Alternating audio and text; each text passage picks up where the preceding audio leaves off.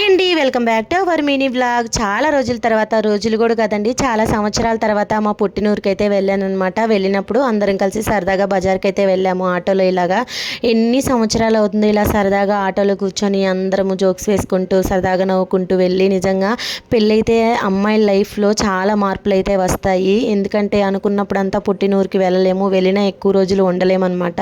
ఎందుకంటే పిల్లలు ఉంటారు, ఇంకా హస్బెండ్ ఉంటారు, వాళ్ళని చూసుకోవాలి, ఈ బాధ్యతలన్నీ వస్తాయి కదా. అదే అబ్బాయిలకి అయితే పుట్టినూరిని వదలాల్సిన అవసరం లేదు, ఫ్రెండ్స్ని కూడా వదలాల్సిన అవసరం లేదు. నాకైతే నా జీవితంలో నేను చదువుకున్నప్పుడు నా ఫ్రెండ్స్ని చాలా అయితే మిస్ అవుతూ ఉంటాను. అప్పుడప్పుడు మా వారితో అంటే ఎందుకు మిస్ అయ్యేది, వెళ్ళి మీ ఫ్రెండ్స్ని కలవచ్చు కదా అని అంటారు. కానీ వాళ్ళు ఎక్కడెక్కడో ఉన్నారండి, ఇప్పుడు వాళ్ళ కాంటాక్ట్స్ కూడా లేవన్నమాట. నిజంగా నాకైతే చాలా బాధగా అనిపిస్తుంటుంది.